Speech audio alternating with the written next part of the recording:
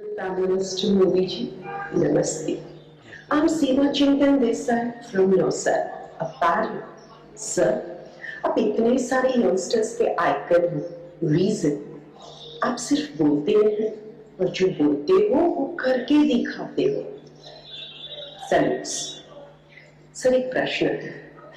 भारतीय ग्रामीण अंचल की बालिकाओं हेतु अनेक योजनाएं चल रही हैं। इसकी प्रगति के लिए हमारा समाज क्या योगदान दे सकता है? कृपया मार्गदर्शन दें। धन्यवाद। धन्यवाद महोदया।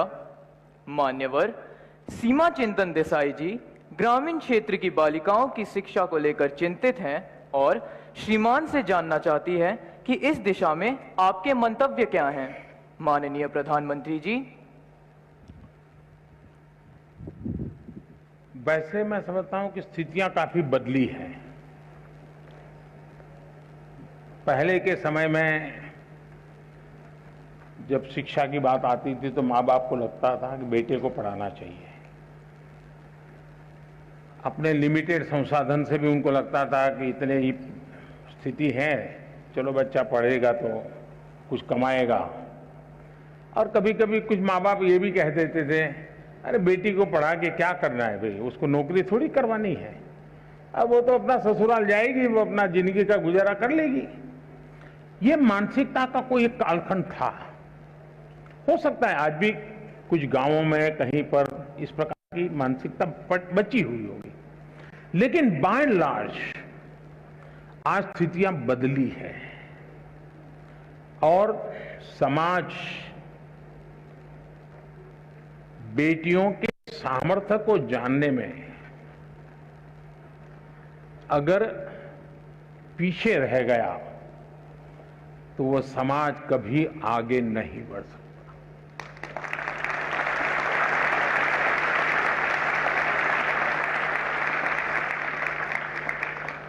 कभी कभी तो आपने ऐसे परिवार देखे होंगे जहां पर ये कहते होंगे भाई बेटा तो होना ही चाहिए ताकि बुढ़ापे में काम आएगा, बेटी तो क्या है वो तो ससुराल चली जाएगी, वो क्या काम की। ऐसी भी एक सोच हमारे समाज में है और कभी तो थी। लेकिन इतिहास अनुभव करता है और मैं इन चीजों को बड़ी बारीकी से देखता हूं। मैंने ऐसी कई बेटियां देखी है जिन्होंने माँ बाप की इकलौती बेटी, माँ बाप के सुख और उनकी बुढ़ापे की चिंता के लिए खुद ने शादी नहीं की और माँ बाप की सेवा में जिंदगी खपा दी, जो बेटा नहीं कर सकता, ये बेटियों ने किया। और मैंने ऐसे भी परिवार देखे हैं कि घर में 4 बेटे हैं, 4 बेटों को 4 बंगला है, सुख चैन की जिंदगी है, दुख कभी देखा नहीं है, लेकिन माँ बाप वृद्धाश्रम में जिंदगी गुजार रहे हैं। ऐसे भी बेटे मैंने देखे। इसलिए पहली बात है, समाज के अंदर बेटे बेटी एक समान, कोई भेदभाव नहीं, ये आज के युग की अनिवार्यता है और हर युग की अनिवार्यता है। और भारत में कुछ विकृतियां आई हैं, आने के कुछ कारण रहे होंगे, लेकिन ये देश गर्व कर सकता है। अगर गवर्नेंस की बात याद करें तो किसी जमाने में अहल्या देवी का नाम आता था बेस्ट गवर्नेंस के रूप में। कभी वीरता की बात आए तो रानी की झांसी लक्ष्मीबाई का नाम आता था वीरता के लिए। बेटियां ही तो थी। यानी कोई युग ऐसा नहीं होगा। और हमारे यहां तो विदुषी ज्ञान का भंडार बेटियों ने करके दिखाया है।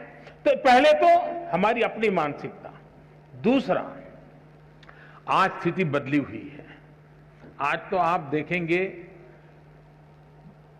नए जो बच्चे स्कूल आते हैं ना, तो बेटों से ज्यादा बेटियों की संख्या होती है, ये हिसाब आ रहा है। आज जो बेटियों के एस्पिरेशंस हैं, आकांक्षाएं हैं, वो कुछ कर गुजरने का जो जज्बा है, शायद कोई भी हिंदुस्तानी गर्व करे ऐसा है। और उसको हमने अवसर देना चाहिए और वो अवसर हमने इंस्टीट्यूशनलाइज करना चाहिए। कोई एक परिवार अपने तरीके से कर ले ऐसा नहीं। जैसे आपने देखा होगा खेलकूद में, आज खेलकूद में किसी भी स्तर का खेल चलता होगा, भारत की बेटियां हर जगह पे कहीं न कहीं अपना नाम रोशन कर रही है। विज्ञान का क्षेत्र देखिए, इतने बड़े बड़े अचीवमेंट विज्ञान के आते हैं तो देखोगे तो उसमें आधे से अधिक तो हमारी बेटियों ने कुछ न कुछ पराक्रम किया होता है विज्ञान के क्षेत्र में। आप 10वीं 12वीं के रिजल्ट देख लीजिए, बेटों से ज्यादा बेटियां ज्यादा मार्क्स लाती है, पढ़ने की पास होने वाली की संख्या बेटियों की ज्यादा होती है। तो आज हर परिवार के लिए बेटी एक बहुत बड़ी एसेट बन गई है, बहुत बड़ा परिवार की शक्ति बन गई है और ये बदलाव अच्छा है। ये बदलाव जितना ज्यादा होगा उतना लाभ होगा। अब आप देखिए, तो गुजरात से ही हैं जिन्होंने सवाल पूछा है। गुजरात में जैसे पंचायती राज व्यवस्था, अच्छी पंचायती राज व्यवस्था है, 50% इलेक्टेड बहनें हैं। कानूनन व्यवस्था है कि 50%, लेकिन एक्चुअली चुनाव के बाद स्थिति ये बनती है कि चुनी हुई महिलाओं की संख्या 53%, 54%, 55% है। यानी वो अपने रिजर्व सीट से तो जीती है, लेकिन वो सामान्य सीट से भी जीत करके 55% तक कभी कभी जाता है और पुरुष 45% पे आ जाते हैं। इसका मतलब समाज का भी माताओं बहनों पर विश्वास बढ़ा है, तभी तो जाकर के वो जनप्रतिनिधि बनकर के आते हैं। जब आज हम आजादी का अमृत महोत्सव मना रहे हैं, आज हिंदुस्तान की पार्लियामेंट में सबसे ज्यादा, आज तक के कालखंड की सबसे ज्यादा विमेन एमपी है।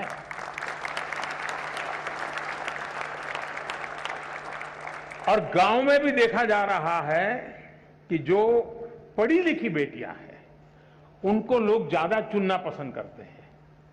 भले वो 5वीं हैं तो 7वीं वाली बच्ची को, बहन को चुनाव में जीतने के पसंद करेंगे, 7 के सामने कोई 11वीं वाली है तो उसको पसंद करेंगे। यानी समाज में भी शिक्षा के प्रति सम्मान का भाव हर स्तर पर नजर आ रहा है। आज आप एजुकेशन फील्ड देख लीजिए, शायद कभी न कभी तो पुरुषों की तरफ से मांग आने की संभावना है।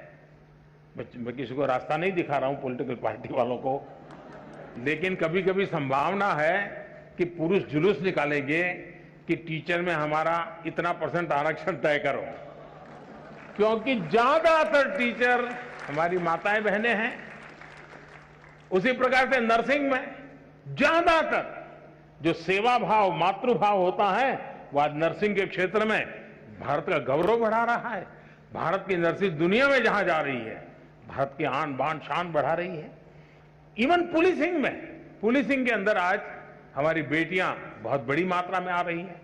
अब तो हमने एनसीसी में बेटियां, सैनिक स्कूल में बेटियां, आर्मी में बेटियां, जीवन के हर क्षेत्र में, और ये सारी चीजें इंस्टीट्यूशनलाइज हो रही है। और मुझे समाज से भी यही आग्रह है कि आप बेटे बेटी में कोई अंतर मत कीजिए, दोनों को समान अवसर दीजिए। और मैं कहता हूं शायद समान इन्वेस्टमेंट से ही, समान अवसर से ही अगर बेटा 19 करेगा तो बेटी 20 करेगी।